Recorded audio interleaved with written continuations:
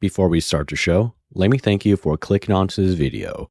If you'd like to see more videos like these, why not subscribe and hit the bell button so you'll never miss an episode. Now, on with the show.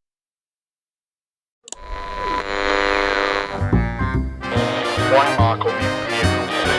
Comprised of warrior women. Hi friends, I'm LJ Jarvis, and welcome back to This Jarvis Show.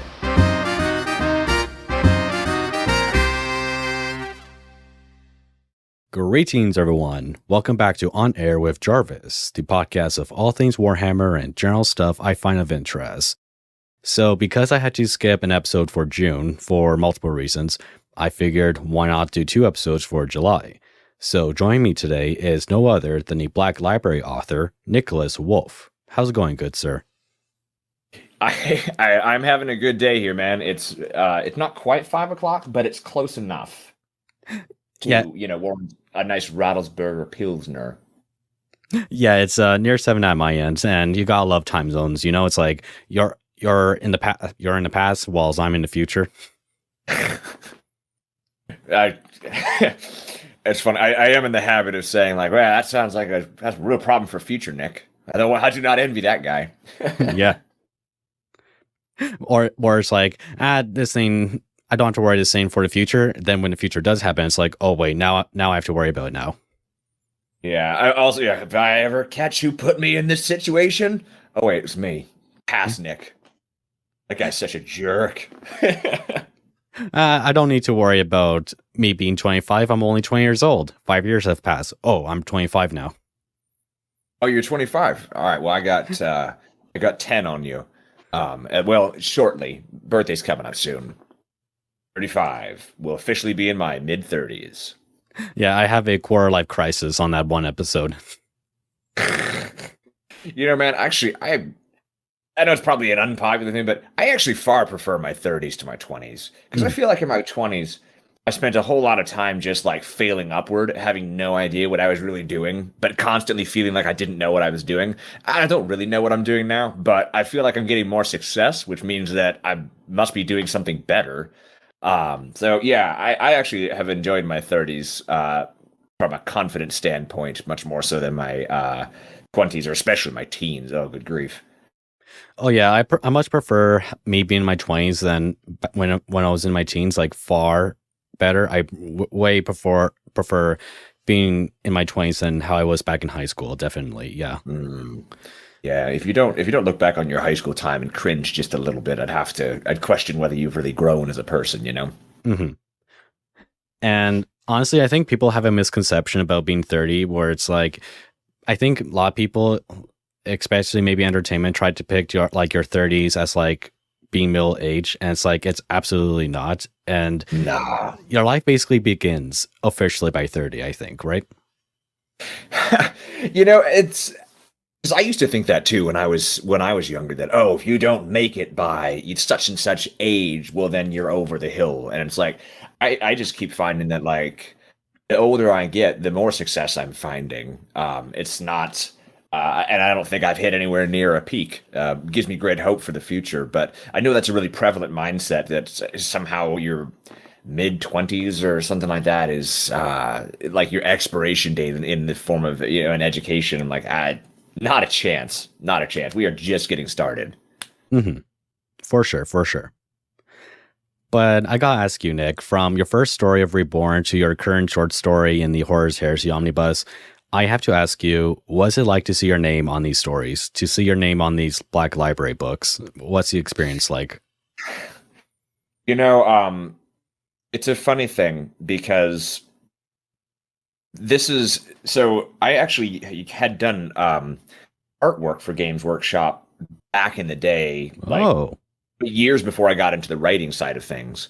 But you don't really get I don't know that I actually ever saw my name on anything that I had done for them. And so it's kind of nice to be able to now see that, and it's like, I feel like I get the some recognition that's nice, because like I said, I don't know that my name ever ended up on anything that had been printed before. I mean, and this was minor freelance stuff, probably 10 years ago. So, but yeah, man, it's it's a great feeling. Honestly, the biggest thing is I like to be able to show my kids. Um, and yeah, so that to me is the most excitement that I get out of it is when it's like, all right, Daddy's got a new book, and they go, look, Dad, that's you, that's your name. Like, yeah, that's the type of stuff that to me makes it really worthwhile.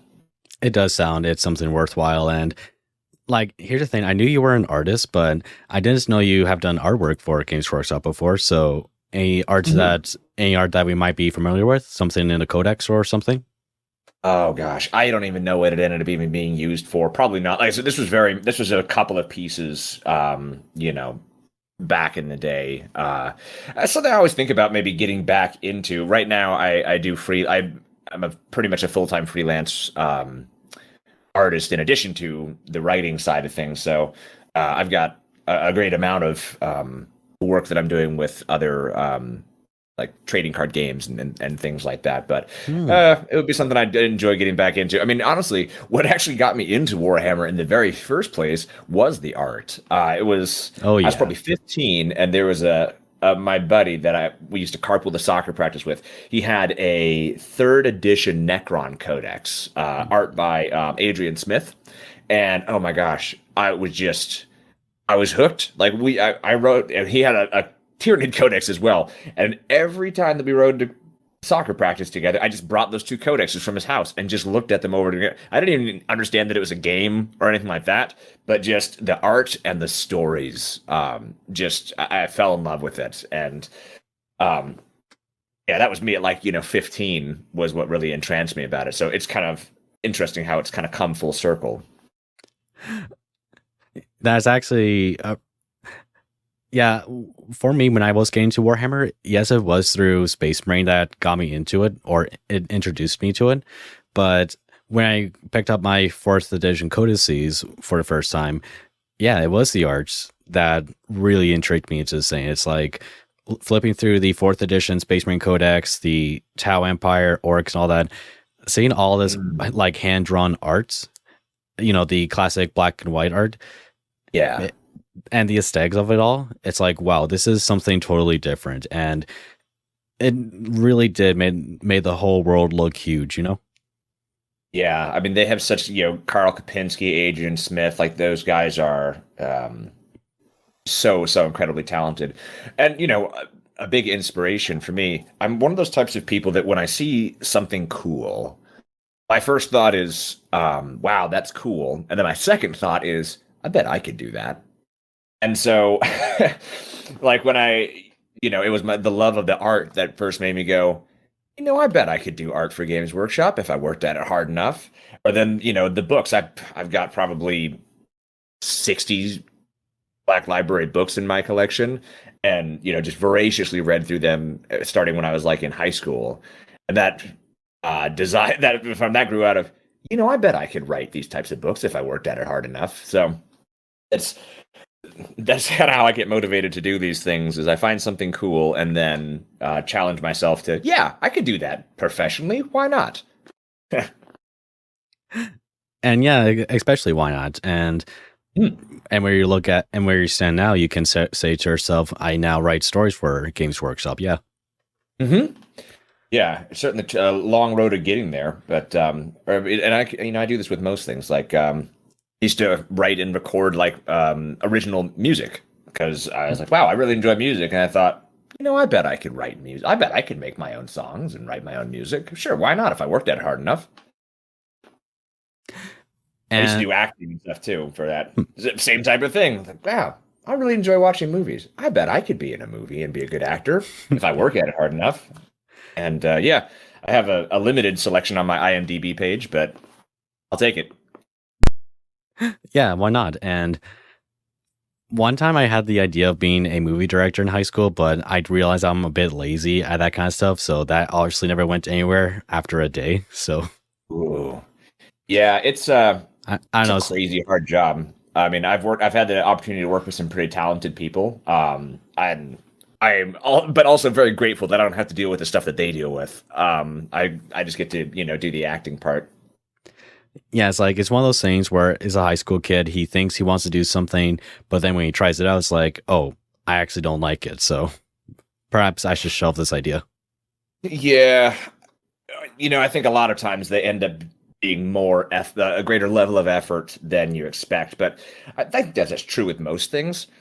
The key to becoming successful at it is being able to have the discipline to push through the early phase where the disillusionment falls off, and until you start finding some type of success. But that is a tough part to kind of have to work through, and everyone finds their own way to get through it. But yeah, I mean, prime example. I was because I started writing with the Black Library through just their open submission thing that they do every year, and that was 8 straight years of submitting to them before I even got the opportunity to write Reborn, that very first short story. So there's a degree of determination that has to go into these types of things if you want to do them at any sort of a professional level. It's like in certain fields you have to do the grind, and at first it's not going to succeed, but eventually it might just will. Oh, 100%, man. Is the field of writing especially, I feel like it's 90% failure, right? Whether it's trying to find an agent, trying to find a publisher, or even just, when you have those things, pitching stories. I mean, for every story that I've written, there are 5, 6, pitches that died along the way somewhere. So it's like, when you get to the actual doing the writing, you're still not done with failure. Then you're still, it's just a different type of failure.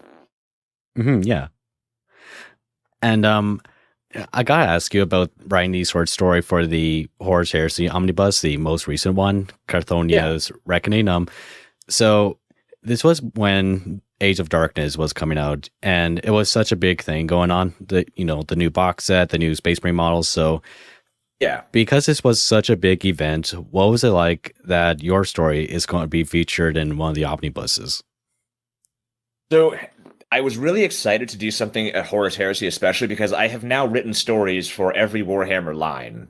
I guess not Warhammer Crime, but when I first started, that wasn't a thing. So I still consider that I've done for all of them. Maybe I'll do the Crime one at some juncture. But no, I was really excited more than anything else, just to get to do a Horus Heresy story, because yes, I can check that off. Now I've done Horror, Age of Sigmar, 40K, and Horus Heresy. And it was a lot of fun. What actually really intrigued me about the setting is how little about it had actually been written so far. And I, when I'm getting asked to do one of these things, I usually get a big old packet of stuff to read through to kind of, establish, or, I can go to, any of the Wikipedia pages or things like that. But I was actually surprised at how little existing information there was with this. So I love those types of sandboxes where, you get to really define what it looks like, what it feels like, without having to worry about, stepping on the toes of established lore. For sure. And I'm also curious as to this. So a bunch of Black Library authors were comic book writers before they started writing for Black Library. So what were you doing before writing for Black Library? So I have been writing my own series outside of before I started with Black Library, and still in the process of doing so. So that was, I had always been pursuing the Black Library thing kind of in tandem. But no, I was just writing my own original series outside of that. And it's still a work in progress. I have 2 series that I'm writing right now. One, first, a dark fantasy epic series. First book is called Reaper Rising. We're in the works with that. And then the second series, the one currently in progress, is a kind of a young adult trilogy called the Tidestone Chronicles. Okay. Yeah. Interesting. Candidly, I had gotten done with like the 4th draft of Reaper Rising, and my gosh, it's a long book. I mean, these are, written for people that like, Game of Thrones type length. I thought, man, I've been working on this and like Warhammer stuff, which is, it's grim stuff for such a long time. But, just to stretch my legs and do something a little bit different, I'd kind of had this kind of high level concept for, a fun young adult trilogy that like my kids could read. So I thought, well, you know what? I'll take the next, I don't know, 6 months or something like that, and bang out a first draft and just see if it works or not. And it really did. So ended up revising that into a second draft, and am now searching for agents for that while working on book 2. Well, that's actually really cool. And I think, and what I can get out of that is that, yes, you do write stories for like a grim, dark setting and all that, but at the same time, writing this, young adult novel, you're exercising your creativity, right? It's kind of like, it's kind of like it's kind of like exercising, where you're not just stuck on one field or just one universe. You're able to flex the mind and all that, Yeah, and it also keeps it fresh and fun too. Like, I enjoy the grim darkness of the far future where there is only war. But there's very little humor that gets written in that, and to get to write a story with actual like banter back and forth between characters and find myself smiling and kind of laughing at this stuff, it's like, oh, this is a wholly new experience for me as a writer. Because there's not a whole lot of laughing in Warhammer, and there certainly is not a lot of laughing in Reaper Rising either. So yeah, it keeps it really exciting for me as a writer too, just to get to do different things. For sure. And if we're talking about like back and forth, like humor and all that, there is bits and pieces like that throughout certain stories, of course, and definitely in Gotrek and Felix, because Gotrek can be a funny character if you read his book series. Yeah, and Cyphus Cain, definitely some lightheartedness. The hero of the Imperium. Yeah, depending on which, I should say, there's not a lot of humor in Space Marines. They're not a humorous bunch. No. Well, then again, it depends on which character we're talking about. But yeah, sometimes where it's like, he is literally just a lab experiment. That is basically what Space Marine is, and they're not socially that adept. The only time I can recall actually ever getting a chuckle out of a Warhammer story is in Ryan's World by Ryan Parker, when Alicio Cortez gets his arm chopped off by an orc, and they're trying to, his chapter master Pedro Cantor is trying to convince him to go back to get fixed up, and he goes, Alicio, you lost an arm, and he goes, I haven't lost it, chapter master, it's right over there. As he points to it. Yeah, like that's I think the only instance I ever recall of a Space Marine sort of cracking a joke, but that one always stuck with me. Great book, by the way. Can't recommend it enough. And I'll say my funny moment from Warhammer story is one of the stories in Troll Slayer, the Gotrek and Felix book, or in this case, it's more of a omnibus, I would call it. Maybe not an omnibus, maybe more like because Troll Slayer is like a collection of stories. It's not exactly a novel, yeah. But okay. Yeah, but in one of the stories, Gotrek and Felix were taken prisoner by this evil sorcerer that has taken a town hostage. But when the sorcerer has revealed himself, it actually turned out to be one of Felix's former classmates in college, right? And this is the sort of kid that was at the back of the class, was always quiet. And so when Felix saw him, he was more confused than scared. Because when he saw him, he's like, and because when he found out he was the sorcerer, he was like, you? And it's not like, you? It's like, what, you? It's always the quiet ones that end up being the evil sorcerers.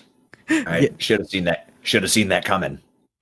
And what's especially funny is that the sorcerer starts going on about how, you will beg for mercy for what remains of your pitiful lives. And Felix thinks about the line. Then he says, listen to too many theater dramas, dude. No one talks like that in real life. So that's I actually have not read. I've probably read maybe one of those books like a really long time ago, but I may have to revisit that series. I'm always looking for new ones. I know it's a quite a long running series, so I will take that, and I will take that as an endorsement. Well, of course, Felix doesn't say dude, but he basically goes on that, why are you talking like that? No one talks like that in real life. It's like, yeah, poking fun of the, the evil villain who probably has reversed or rehearsed his lines and all that. Yeah, kind of taking the stuffing out of him a little bit. That's funny. I will have to check those out. Yeah. But, but also I'm also curious as to this. So when it comes to writing stories for Black Library, what's the process like? Do they like give you an outline of what to write, or is it kind of like a commission? How does it work? Yeah, so usually how it's gone is they've come to me either going, "Hey, there's going to be a collection of stories, and we just kind of want to hear a broad section of ideas." Or sometimes it's sometimes it's very narrow. Like, "Hey, we have a like the one that Sorrow Crown that I did was specifically a Death Watch one. So like, okay, we only want to see pitches for Death Watch based stories." So sometimes it's pretty narrow. Sometimes though it's pretty broad, where they've just said, "Hey, we're doing a short story, we're doing a story anthology. We need like a novella, or we need a a short, really no theme, as long as it's in 40K, or as long as it's in what have you," and then just pitch out ideas. Or sometimes it's even setting. Like I did a story in the Age of Sigmar, the Warhammer Underworld's Beastgrave, whereas like, okay, you can pick any characters you want, any faction you want, as long as it takes place inside this one setting. Then you can pitch all the stuff you want out of that. So It can really depend on what it is that we're aiming for. Sometimes it's very narrow, sometimes it's very broad. Both actually carry their own advantages and disadvantages, because the very broad, you can get to explore a lot of ideas, but not really hit upon a type of thing that maybe resonates. Whereas something very narrow, it's like, okay, well, if we're doing a Death Watch story, how do we do something that we haven't already seen in a Death Watch story? It can kind of limit your options of what you can do to make things really original and new. Mm-hmm. That's always what I'm always trying to think of what's something that I haven't seen. Probably because I've read so many of these stories, for such a long time. I'm always on the lookout for what's something new, what's something we haven't seen before, a perspective, a voice. Yeah. It's sort of like, because definitely almost everyone has read at least a Space Marine story, and and the thing I bet is tricky is that you don't want to rehearse the same or rewrite the exact same story of aliens or chaos invades, Space Marines intervene, and things go well. That's generally how maybe a video game might go, but yeah, I can imagine for like stories, they have to, or at least the writers like you guys have to, there's some exercising that goes into it. It's not like just copy paste, Well, funnily enough, that's actually why I really have not written many Space Marines. Actually, I think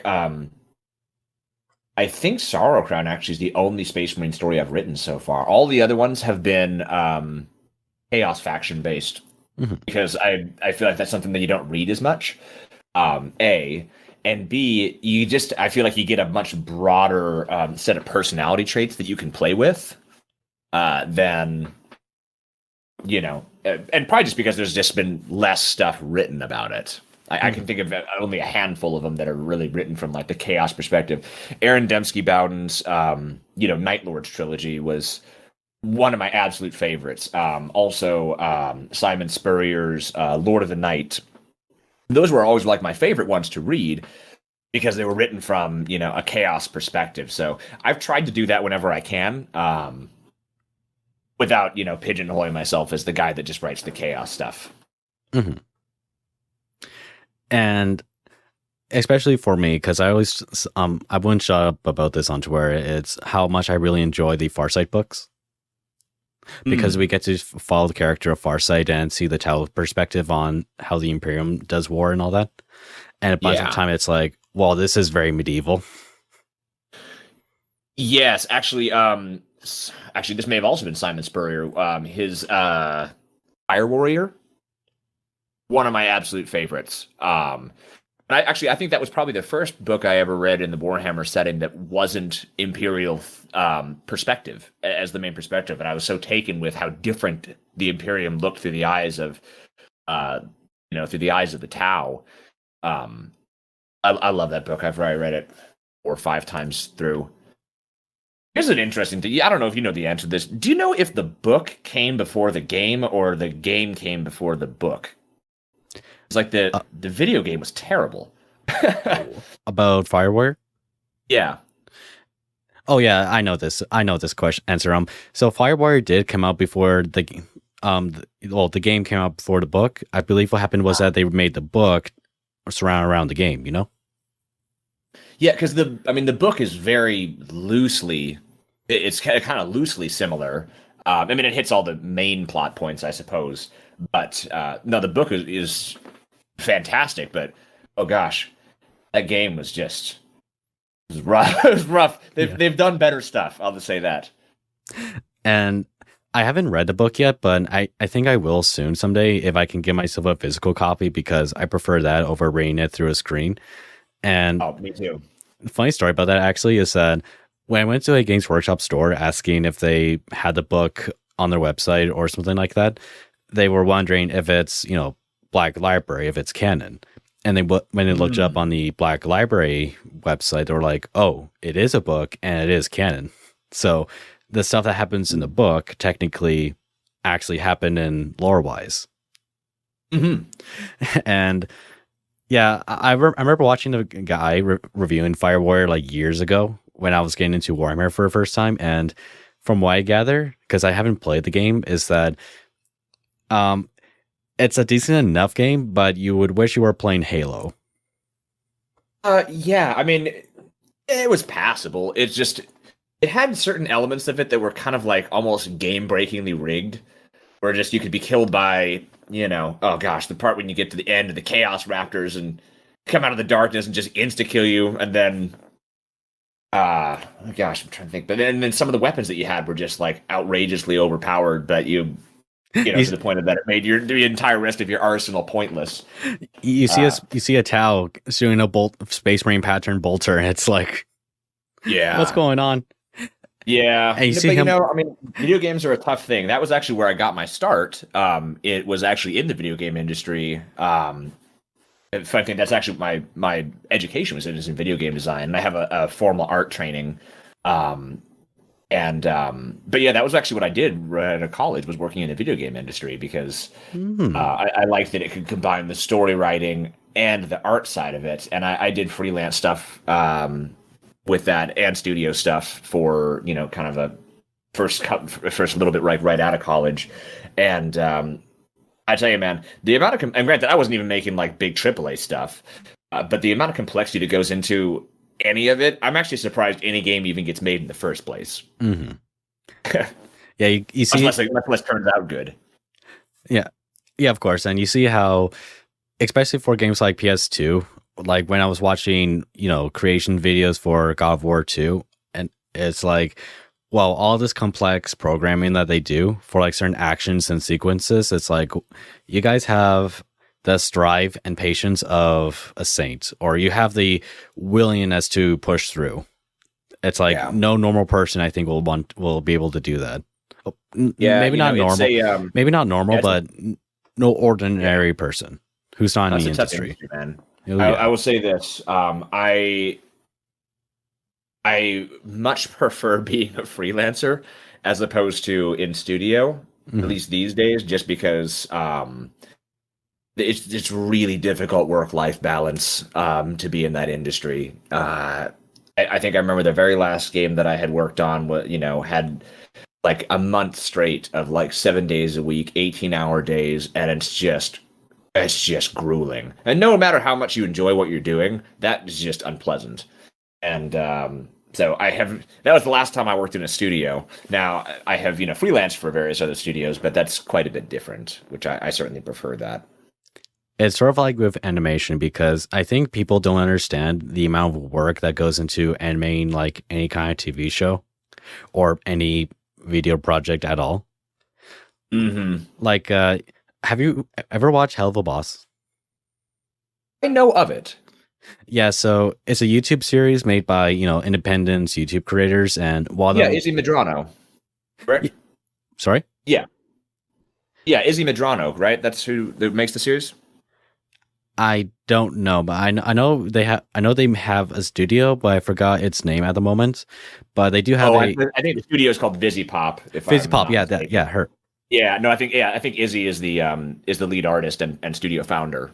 Mm-hmm, yeah, and Yeah, if you see the process and how, especially how quickly he can get them done, it's like that's already impressive. It's just that, well, what goes on in the show? It's like, well, this is so complex and it must be that grueling. That's like, you guys should definitely have a medal for how quickly you can get this all done. I would say the interesting thing about wanting to be an artist professionally, this is something that I tell. I teach art as well, and this is something that I tell my students, is that the difference between good artists and professional artists has actually not that much to do with skill. It has a lot to do with speed. Mm-hmm. That's right. That's right. Mm-hmm. So as much as you're developing your skill set around, developing your artistic skill set, you also have to keep in mind that you should be sharpening your speed. Always be trying to push to get it done faster without compromising on quality, because that honestly is the biggest difference that I have seen for myself in terms of my development.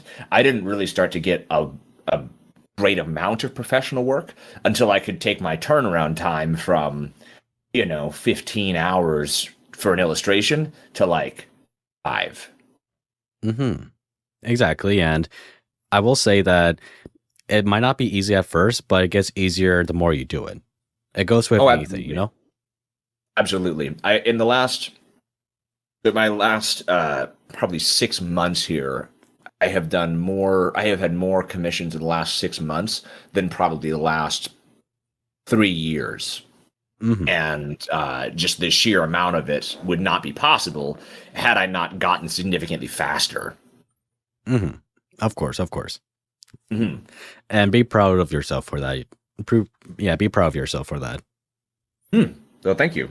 I also look forward to, what 45-year-old me is going to look back on 35-year-old me and go, wow, so much better than that. At least that's what you always hope. So I always hope that that's continually the case. Of course. But outside of writing and all that, I am curious onto your opinion on Angron's model, and the reason why I'm bringing this up now is because, yes, this was revealed a few weeks ago, but I never got a chance to do a video or talk about this in a podcast. But seeing Angron's model, it looks wonderful. And what are your opinions on him? So, see, it's funny because I have seen, both sides of people mentioning things. Yeah. Some people say, oh, he looks too much just like a, uber bloodthirster, or, they really like it. I actually think it looks fantastic, but I do also see the point that some people were making. One of the things actually if I were having my way, I like in some of the art how he's got more of like a biomechanical feel to him. Like one of the pieces from Adrian Smith, I think kind of an iconic one of him. Mm-hmm. And his arms seem all like, you can't tell if it's like flesh or metal. Whereas in the model, he appears to have, like pauldrons and, gauntlets and greaves and things like that. So overall, it's a beautiful sculpt, right? And I really look forward to seeing some of the people, when they finish them. I'm particularly looking forward to Bees on Twitter. I know a lot of people, follow her for her model stuff. She did a great one of Magnus, the demon Primarch. So I'm hoping that she gets to tackle, one of these at some point, because she just does amazing work. Yeah, and I think some people forget that, well, for Angron, of course, he does, the reason why he looks that way is because of his art depiction, And his art depiction makes him look somewhat like a bloodthirster. But in this case, well, yes, he does look like a bloodthirster, but he looks like a very elite bloodthirster in this case, or he is the bloodthirster of bloodthirsters, shall we say, Yeah. No, I like it. And I like I said, not to say anything, negative about it. I actually really like it. And I'm just happy to finally have one, right? I've seen various homebrew ones for, a number of years that, also look fantastic. But no, this is just a great model to have. I look forward to What I really want to see someday, though, is I want to see a Perturbo model because I have not seen really any official art of him as a demon Primarch. That's right. That's right. Yeah, so I don't know. Maybe that's one. I do occasionally do a thing where I call art Warhammer art that doesn't exist but should, where I just try to find something that, well, Warhammer art that doesn't exist but should, and then I make it. I did a piece a couple of years back of Thogus Darevek from Aaron Dembski-Bowden's Black Legion series. I was like, wow, this is such a cool character, and the description of him in the book is so, so vivid. I'm like, how is there we have no art for him? You have no model for this guy? Come on, that cannot stand. I think last year I did one of Tiberos, the Red Wake, under his helmet, just fan thing of what I would assume it would look like, and I always enjoy those. Yeah, so hopefully he's next on the docket, or coming at some point, because I would love to see what they would do, with him with that. And especially about the whole idea of people homebrewing their own Angron models when, before the official model came out. You can imagine, how people had fun making Fulgrim's Demon Prince model using Marathis. Yeah, Marathi from AOS, yeah. And not just with Marathi, but also the, what's his name? The guy with the horns. He's in the, he's in the Slanesh army. What's his name? Yeah, I know who you're talking about. Sigvald, that's his name. Yes, yeah. Yeah, it's like you people can probably just take like Sigvald's model and Marathi's model and mix them together, and it's like that is exactly how people would depict Demon Primarch Fulgrim. That's the thing I love so much about this hobby space is how creative people are. Mm-hmm.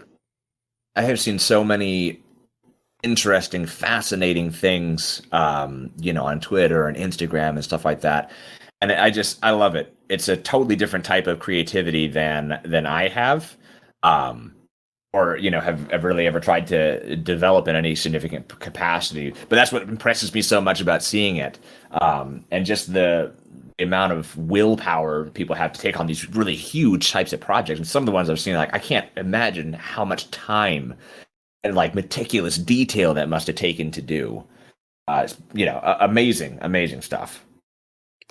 Yeah, and I actually started doing like kit basing models and all that just recently. Like I took a Space Marine captain in Gravis armor and I put him over a corpse of a orc and all that for a friend of mine. Mm-hmm. I'm doing this model for my friend, and I can totally understand what it's like to kit bash your own stuff, and it's very rewarding when you get to the end of it, Oh yeah. That's a lot of what I like to do in the mornings is just whatever the warmongers hashtag is on Twitter that's always has like people doing kit bash stuff. I love to just scroll through that and just see what type of amazing cool stuff people are coming up with. It's a great community. That's I think one of the things I've always really enjoyed about it is how dedicated people are to producing their own content, their own lore, their own characters. Not a lot of communities are like that from what I have seen. Exactly. And I think Warhammer's that sandbox in which you can create like an infinite number of stuff, like with D&D. But like if we were to compare it to D&D, D&D is first and foremost a pen and paper game. You can't really create something physical normally. But with something like 40K, with something like Warhammer, you are able to create something physical, physically, Yeah, it's funny. I was actually talking with Thomas Parrott about that just earlier today about the sandbox nature of D&D. He was just mentioning like the Dungeons and Dragons movie. Apparently, the trailer that came out. Apparently, there were some people that were upset that the tone wasn't darker, or so forth. And it's like it just seems odd that there would be like of one true, this is the one true way, group for a game that is essentially just a toolbox that you're supposed to imagine your own story in. But, comparative to, some other ones that maybe have more established rules or lore or things like that. with something like D&D, I wouldn't normally, or at least in my vision, depict it as something like, dark. Like, I wouldn't depict it as Warhammer Fantasy dark, Yeah, exactly. Yeah. I think first and foremost, D&D for me, it's like a fantastical setting where it's like bright and colorful. That's how I see it, at least.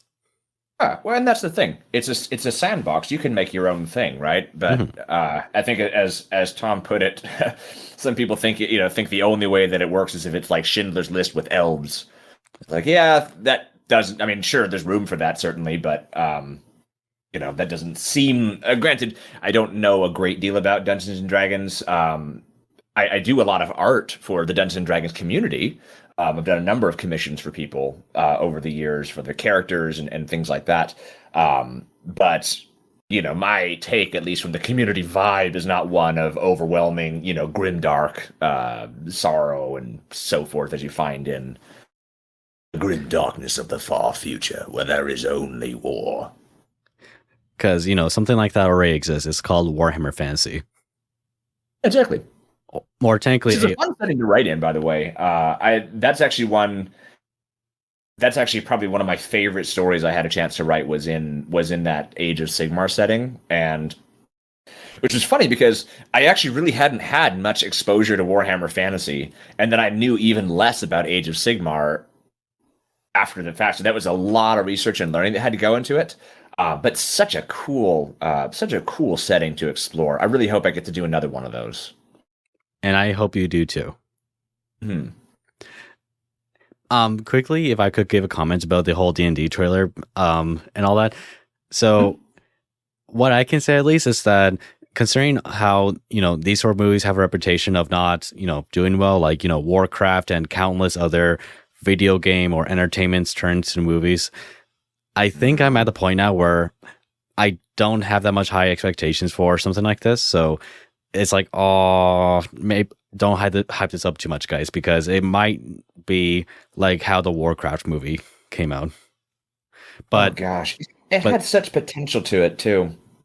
But here's the thing: Sonic was able to get good movies, so once in a blue moon, perhaps something could work. And who knows? Yeah, a character like Sonic can get a good movie. It's like, I don't know in what timeline, in what multiverse, or universe, or especially timeline, that we get to be experiencing Sonic getting a good movie. The guy who's at the butt of jokes. Right, yeah. No, it's funny. I almost wonder, had it not been for the ugly Sonic getting all of that out of the way beforehand, what might have happened. But thankfully things worked to a good conclusion.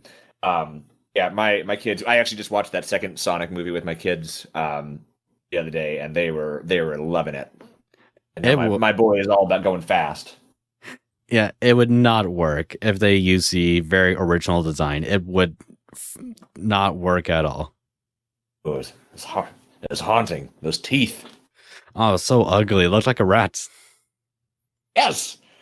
Yeah, although I have heard a theory that it was a purposely awful design that they made just to drum up like media buzz for it. And there was, which, if that was the case, bravo, because, Ugly Sonic became its own, like, in-joke. So I guess that kind of worked. But who knows? Who knows for sure? Yeah, but they had to delay the movie by a whole year just so they could redo the character. That is true.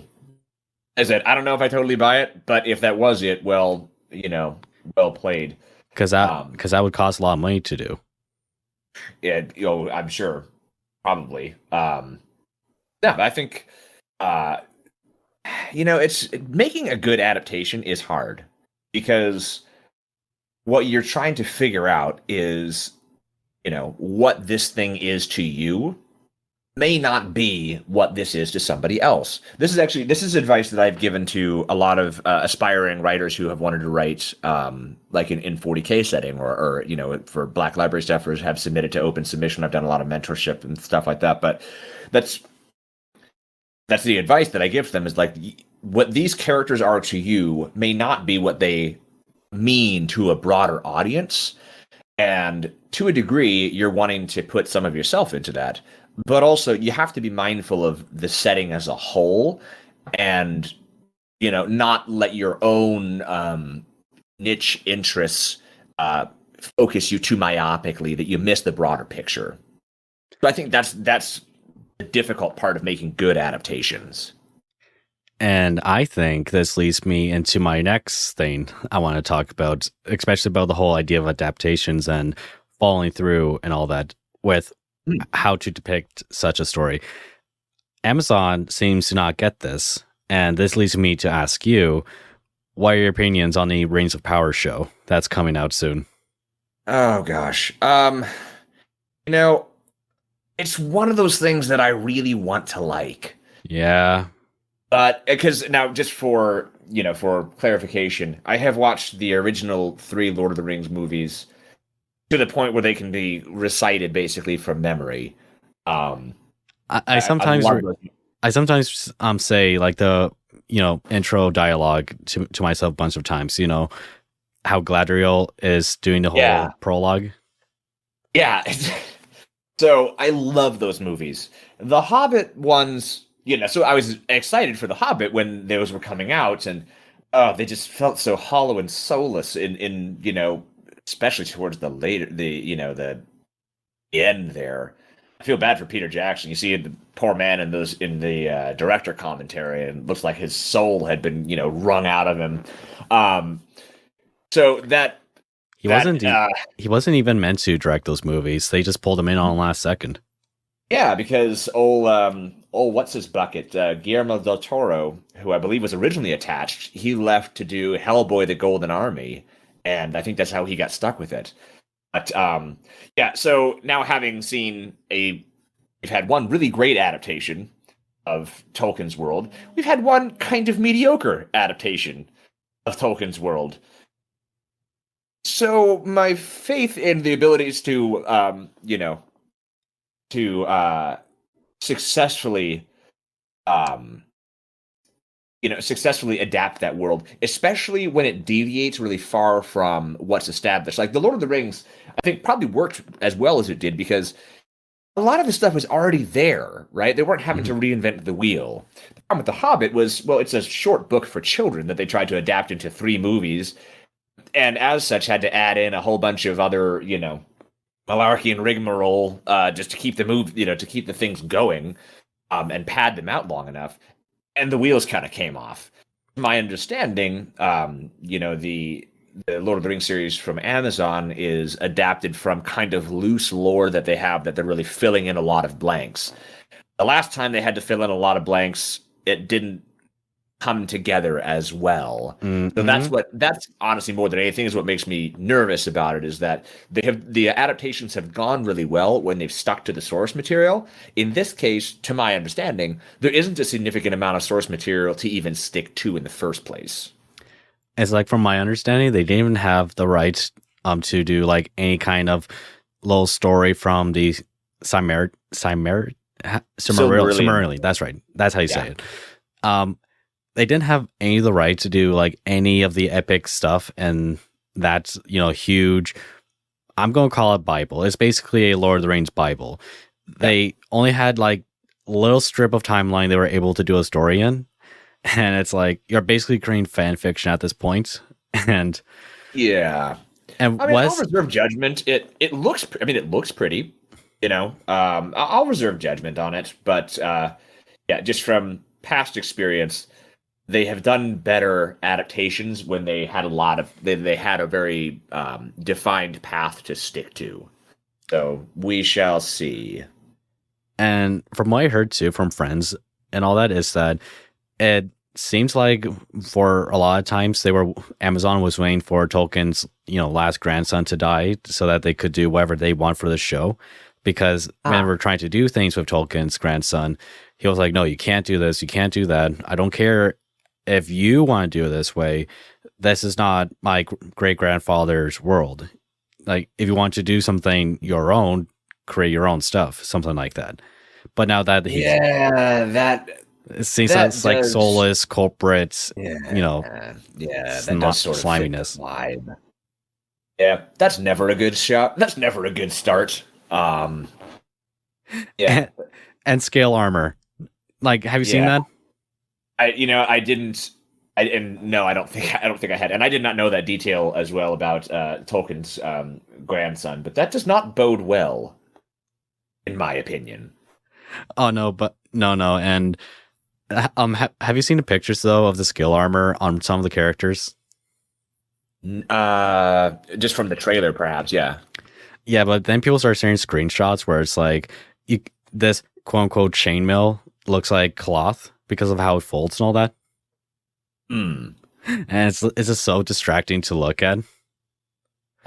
Because I hadn't noticed, but I would have to go back and look at it again then.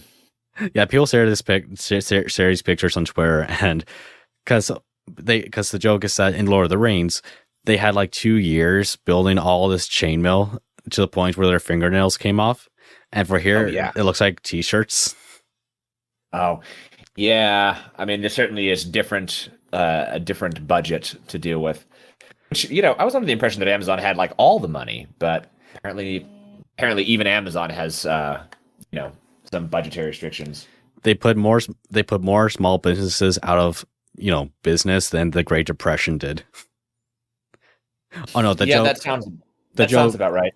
Sorry, the joke is that they put more businesses. They killed more businesses than the Great Depression. That's the joke.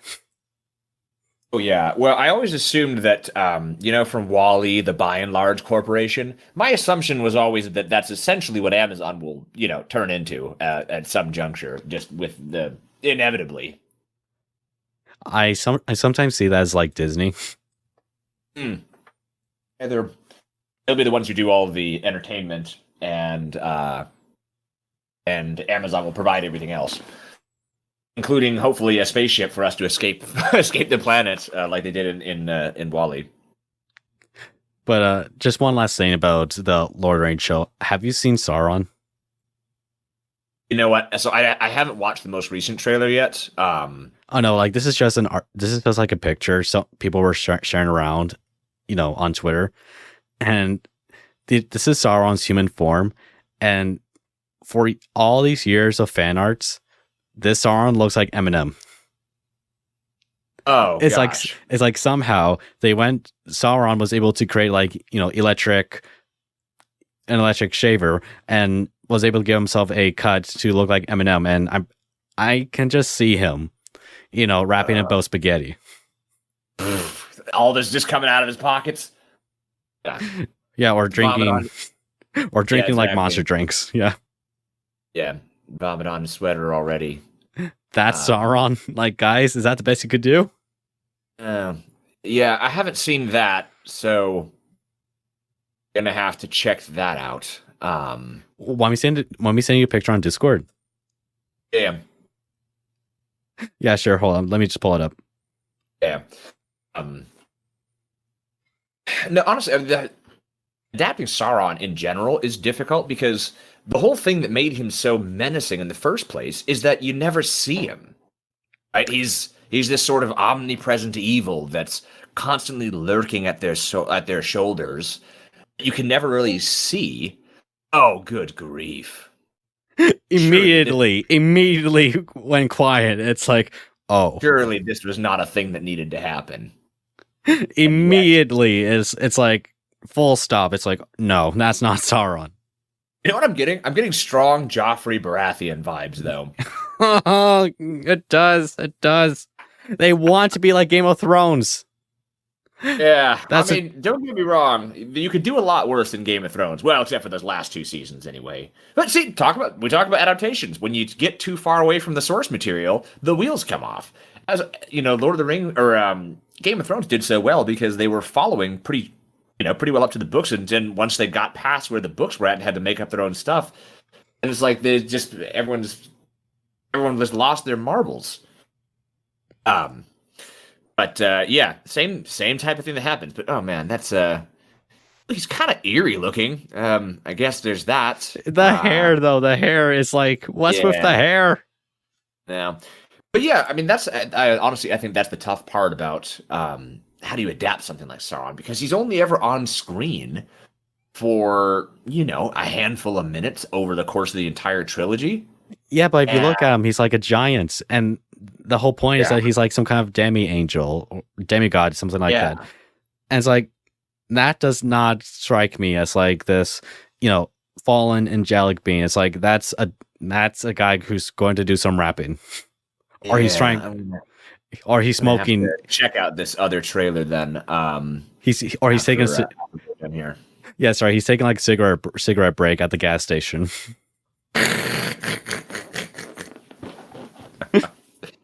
I can envision it. It's like, hey, sweetie, I got your lunch. Oh no, Mom, God, jeez. Okay, sweetheart. I can actually see it now that you're saying it. I can now hear that voice, and this is going to make it difficult to take this seriously. But my goodness. It's like, but hey, crazier stuff has happened. I remember when they first were casting Heath Ledger as the Joker, and my first thought was, what, the guy from what was that romantic comedy he was in with Jessica Biel, or not even Jessica Biel, you know who I'm talking about, like an eon ago, and it's like, yeah, surely they're not going to cast him as Joker. And it turned out great. So, I'll reserve judgment. I'll give it a try. I have Amazon Prime, so it's not like I'd have to pay extra to watch it. Yeah, but he at least looks like Joker. He doesn't look like a 180 difference. Mm-hmm. No, I agree. Yeah, interesting choice. One last joke. It's like, I can imagine this Sauron being like, oh, why do all these elves and dwarves live in my little world? God. Like, why can't it just be how I want it to be? Like, Jesus. Yeah, is he supposed to be young? Like I said, without seeing the trailer, he looks like a small child. He looks like someone who's like just past college. Yeah. And it's like this is supposed to be the servant of Malcor, is that his name? Well, depending on, he goes by both Malcor and Morgoth, depending upon Morgoth. Let's say Morgoth because that's his Dark Lord name. It's like, yeah, that's the servant of Morgoth.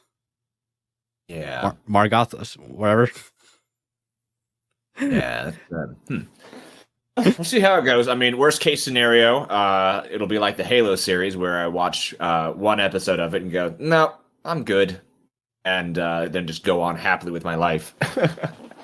Bait and switch. That's basically what Halo was. It's like it baits you thinking it's about Master Chief, but it's like, nope, here's my all original OC character. Oh, it was just the word. It's one of those shows that I cut my losses after episode 1. It's like, nah, this isn't going to be a thing that turns itself around. I think I may have watched like half of episode 2 before I went, no, I was correct before. It's not going to turn itself around. But then I would see, discussion about it happening, on Twitter and things like that, and things people had mentioned, like, oh my gosh, I'm so glad I cut my losses. It seemed like it just got sillier and sillier. A waste. Oh well, we still have the games to play. Mm-hmm. But anyways, I think now is a good time for me to ask you some questions that people have asked of us, if that's fine with you. Indeed. All right, so first things first. I know we always ask this, but since Nick is a writer, here it goes. You get to write a trilogy about a specific 40K character, faction, or event. Which do you choose? So I actually thought a bit about this one after it was asked yesterday, because it's a long list. And the one that actually really came to mind for me that I would like to see explored is the chapter, The Carnal Guard. So they're a chapter of Space Marines. They live, they're a fleet-based chapter. They live in deep space. They basically are, anytime that they're not in combat, they just go into like stasis in these like huge like stasis vaults on their battle barge. And their appearance is described as they look like decaying corpses, almost, kind of lengthened teeth, dead white eyes, pallid skin, right? So, kind of a gruesome sight, but there's very little written about them. And I just thought, what an interesting way to explore kind of the mind of a Space Marine, how it would differ when, they have seemingly no other waking experience when they're not actively, in combat. So a lot of the other a lot of the other things we explore, like the Brotherhood, that they're space wolves, right? They spend a great amount of time doing non-combat related things, that were explored in, been explored in the fiction. So I just think it'd be an interesting. I like to get inside the heads of them, and it might be a very different sort of Space Marine story than we've seen. They don't, they certainly don't sound all noble bright. Or they seem kind of ghoulish and kind of ghastly. So I think that would be an interesting one. I would love to have a chance with being able to exploring, and also because there's not really anything written about them to my knowledge. Which for a writer who writes in an established setting, to be able to find new ground. And to be able to explore without worrying about stepping on somebody's proverbial toes is a rare treat. Mm-hmm. It's kind of like the situation of there's not much of a sandbox, but you can put sand in this box, Yeah, but there's a lot of dark corners that really just haven't been explored. And I get it because the universe is so big. So I actually always kind of instinctively seek those out because, partially it's a way for me to make my mark on things. And B, just because it's kind of easier. Because you're not having to, because I have had before where it's like, okay, well, you can't do that. Okay, well, no, you can't do that. They wouldn't say that. Now it wouldn't look like this. It's like, that can be very, that can feel very constraining from a creative perspective. But that was actually the one I did in that Age of Sigmar, was with the Eyes of the Nine, was the faction that I wrote with. And I specifically picked them because I couldn't find a single piece of lore of any of the named characters aside from like the one sentence description of them with the game on the website. So I was like, all right, this is territory I can explore, and I can make these characters, the way that I would imagine them without anyone slapping me on the wrist and going, no, that wouldn't say it that way. Makes sense. Mm-hmm. And I that was certainly fun I had. Yeah, and I certainly like your idea for this Space Marine chapter, and these are a really cool Space Marine chapter, and I am surprised they haven't been mentioned in like a book or something. No, there's just so many of them, man. I mean, there's 1,000 chapters, and only like 10% of them, have really been explored in any significant detail, and only maybe 30% of them have been, have been mentioned or appeared or things like that beyond passing. So there's just so much, to explore, which is great. I think that's one of the things I also like about the universe, is that it is so big. It gives so many people the ability to, put their own kind of personal touch on things. Mm-hmm, for sure. And as for what kind of book trilogy I would want to see and all that, in a podcast, I did give my pitch on a book trilogy about Lilith from the Drukhari and all that. Now, I won't go too much detail into that one, but if I were to give a different answer, I would say I would want to see a book trilogy about High Fleet Behemoth invading the Ultramarine system. Oh, yeah, that would be a really interesting one, because it's an event that we've heard talked about before. See, I think that's a lot of the fun part too, as a writer, is when you see just like the tiniest little tidbit mentioned about these things. And then you get to go, okay, I have enough of an anchor point that I can really start creating stuff without having to do it in a vacuum. Mm-hmm. And the whole idea for here is that it's actually a sequel trilogy after the short story, well, not short story, it's a novel, Blades of Damocles. So for this one, we get to follow the characters, the Ultramarine characters that we see in that story. So we see Cato Sicarius, but for here, he's a sergeant. Oh, good old Cato Sicarius. Yeah, so for here we get to see him like Sergeant Sicarius in this case. Yeah. Maybe by the end of the trilogy, that's where he gets the title of captain within the second company and all that. Yeah, for the popularity of the character, I'm kind of surprised they haven't done something like that yet. But that would be a great idea. I'd read it. And maybe for a trilogy name, you can call it Behemoth. Plain and simple. I like it. Like I said, I'd read it. And maybe And I always like this idea of maybe following the perspective of like a broodlord or patriarch. So maybe if throughout the book series, if you get to follow like the perspective of a broodlord or maybe a hive tyrant, I think that'll be cool, awesome. Or a swarm lord.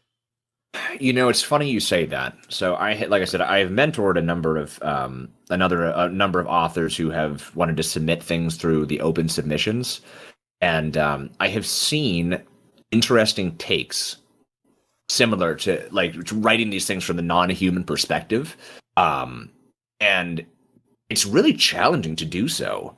How do you get inside the mind of something so utterly inhuman while allowing it to keep what makes it scary, right? I mean, what is it that makes a Tyranid scary? Well, they're just implacable eating machines, right? They cannot be bargained with. They cannot be reasoned with. They will consume you because that is what they do. How do you take that and put it into such a form that you can build a narrative around it that characters would be able to connect to? Yeah. Yeah, and it would be an interesting thing to explore. Though interestingly, I think it could be done because I haven't read the book, but I've heard people give reviews about it of Jaws, and I've been told that in the book you follow the perspective of the shark itself. Yes, I have heard that. I have not read it, and actually, as a small child, I saw the movie and was horribly traumatized. For a great amount of time, so I don't know that I will. But I've heard the book is actually quite different than the shark, where the shark is almost kind of in the book like a secondary antagonist to the things that are going on in this seemingly innocent looking but actually isn't beach town. Yeah, the characters of there are all assholes. It's Yeah. And it was Steven Spielberg even said that if they were to adapt the exact same characters into the movie, I think almost everybody would be rooting for the shark to eat them all. Sometimes when you're doing adaptations, that makes sense. You have to have people you root for. I think the biggest example of that comes to mind is the character of John Hammond from Jurassic Park. So in the book Jurassic Park, in Michael Crichton's book Jurassic Park, he's a very different character. He's kind of a generic, evil industrialist, and meets a very predictable end in doing so. And then the character that was brought forth in the movies is very different. He's certainly flawed, but he's so likable and so relatable. It makes him so tragic that he's reaching for something so otherworldly and unobtainable, and he just can never quite get it. But it's just a vastly different character. And so that was an instance where, yeah, it actually worked. It worked to have it like that. I think if they'd adapted it straight, it would have been a very different experience. Yeah, because I did read the book, and I would say, and what I can say is that I like I can appreciate the change, and the movie version, it sort of reminds me of like if Walt Disney were to exist. Yes, that's a very good, if Walt Disney wanted to make dinosaurs. Well, if he were alive, I mean. If he were alive making dinosaurs. Yeah, so no, I that's a great way of doing it. I wonder if that was somehow their inspiration for it. And, I was about to say something. I forget. Oh, actually, yes, I just remembered. It's also one of the characters from the Jurassic Park book. How he's different from the book and the film is I forgot this character's name, but he's a lawyer. Oh yeah, Mr. Gennaro. Yeah, in the book, he's a bit different than how he is in the movie. In the book, he's depicted as like he's a family man and he works out and all that. He's not like the typical scrawny, suit lawyer. Yeah. Who's like, well, you see, Your Honor, or he's not like that in the movie. He's more like he's deep into the books. It looks like he spends his time in the office all day. Yeah. Yeah, that's not him. Yeah, you're right. That was a very different one too. I forgot about that. My gosh, it's probably been 15 years since I read that, so I had forgotten that. But yeah, you're right. He is very different in that. Sometimes that works. there are things when you're doing adaptation that sometimes just don't translate well. I'm working with Colin DeGraff of Cold Open Stories on a project right now. I probably can't say. Well, I don't know how much I can say about it. If I get in trouble, sorry, Colin. But it's an adaptation there where I'm going to be writing something that's going to be adapted as one of their audio dramas, and so that's really an interesting thing for me to think about now, because I've never actually written something that then had to be adapted into something else. So as I'm writing it, I'm going, okay, is this something that would actually work well in an audio drama, or is it one of those things that really will not translate well? It's interesting how that it's an interesting thought puzzle, certainly. I probably can't say anything else. I won't push any further. But anyways, next question. I'll just pull it up. So, Nick, do you ever experience writer's block? And if so, how do you overcome it? Yes. This one's submitted by Lord Inquisitor Ineptus Astartes. Great guy. Great guy. Oh, do you know him personally? Oh, yeah. He's been on the podcast series before. Yeah. Oh, that's so cool. I just know him from Twitter for a long time, but that's good to know. Well, hi, friend. Thank you for submitting the question. Great question. I'm going to give a short answer and a long answer. Short answer, yes. It happens to everybody. And, even the pros, which I don't even think of myself as a pro at it, in particular, but it happens to the best. And so it certainly happens to me, so I don't fall into that category. How do you get over it? I find this is something I actually really found getting into when writing the Tidestone Chronicles series, was that you can really eliminate a lot of writer's block proactively through proper planning. Writer's block tends to happen where you get to a part and you're stuck. You don't understand how to get past it. And what I've come to find is that really happens because you didn't think through the entire process first. So what I did with this series, I've never really applied this same type of a model to it before, and it really worked great. I sat down and I spent probably 2 weeks writing out like a 20-page lore Bible for this world.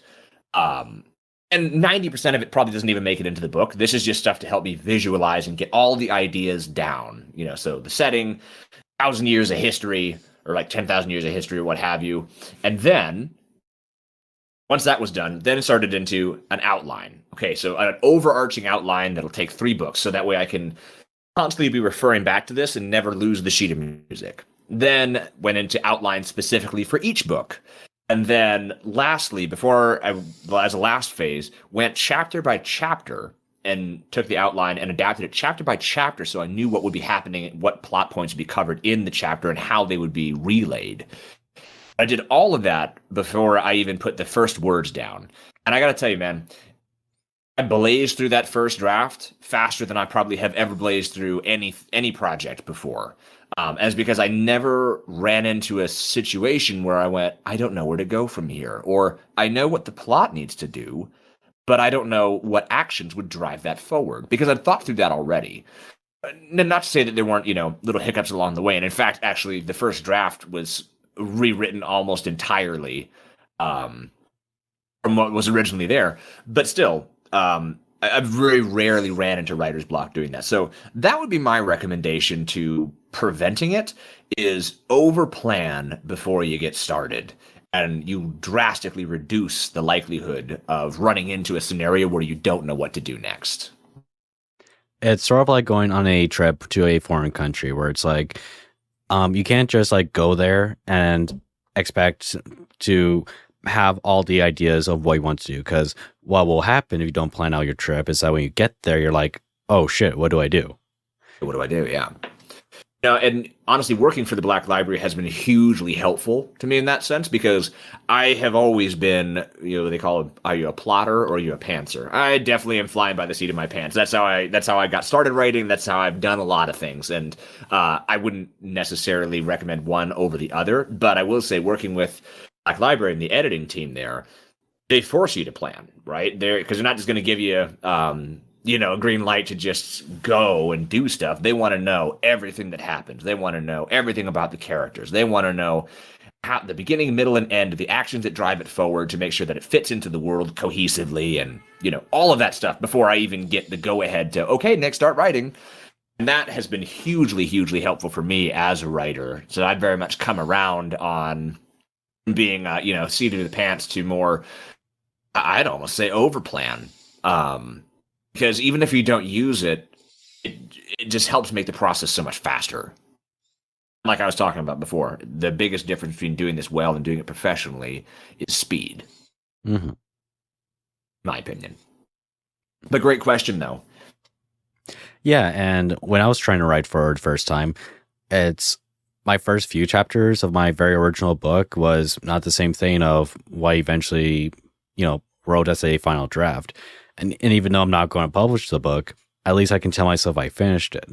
And that's because I did plan out what I wanted to write, and I even had a map for it, an actual physical map because it was a fantasy story. But at the same time, when I was writing down, when I was following this track of the story, I eventually, flowered some other ideas of how to tell the story, like different other events, what, trial or what stuff the main character sees or faces. Mm-hmm. Yeah. It's like I use sort of like both tools. I plotted the story, but also allowed the plant to grow. You see what I'm trying to go at? Oh yeah, and there's certainly, I think the best method. Well, there is no best method. There's a best method for you, right? There's a best method for me. There's a best method for everyone, but I think that it probably lies at an intersection between both for everyone. The question is just exactly where that is. Exactly. But with all that, I think we've reached the end of the show. Is there anything you'd like to say before we call it an end? Oh man, this was a lot of fun. Thank you so much for having me on. I'm going to make I think I probably had listened to one of your shows when you were just getting started. So I think you definitely have built something really great here, and I want to make a more consistent effort here to watch future episodes, especially because you have cool people on. I'm not referring to me, but other cool people on. So I will definitely do so. Yeah, man, thank you so much for having me. And anyone else out there, if you have other questions or things like that, I'm sure those will probably be sent out with all my social media links and whatnot. So yeah, feel free to drop me a line. Keep making cool stuff, friends. Above all, keep making cool stuff. And most important of all, have fun creating those stuff. And even if it comes to a point where you're not exactly having fun at the moment, don't worry, it'll come back soon, because it all depends on you, how much you're pushing yourself through. Absolutely. Yeah. Even with, people ask like, oh, as a writer, do you enjoy writing all the time? No. In fact, I often say, if I only ever did this stuff when I felt like it, I'd never have done it at all. But that's, developing consistency and discipline, with whatever creative thing that you're doing, is essential. Because if you're only ever doing it when you feel like it, you'll never really do it, or you'll never do it enough to get good at it. So that's definitely advice that I would give to anyone that's an aspiring creative professional. Apply some rigor, apply some discipline. Don't just do the part of it that's fun. Force yourself to go outside of your comfort zone. If you're an artist, do studies, right? Force yourself to do studies. Don't just spend all day drawing your one specific niche OC character that you love so very, very much. If you are a writer, don't just write the one thing that you enjoy so very, very much. Branch out and try new things. Force yourself to do things that are maybe not your favorite thing right now, because that grit and determination will add up, and it will overall improve your ability to get through difficult situations when the inspiration runs out or the fun runs out. But you still got to get through and finish it, otherwise you have nothing, right? Yes, that's kind of a long-winded piece of advice, but I've given it. It's good advice. And if you all enjoyed this episode, why not subscribe and activate the bell notification button so you'll never miss another episode. There's a new podcast every month.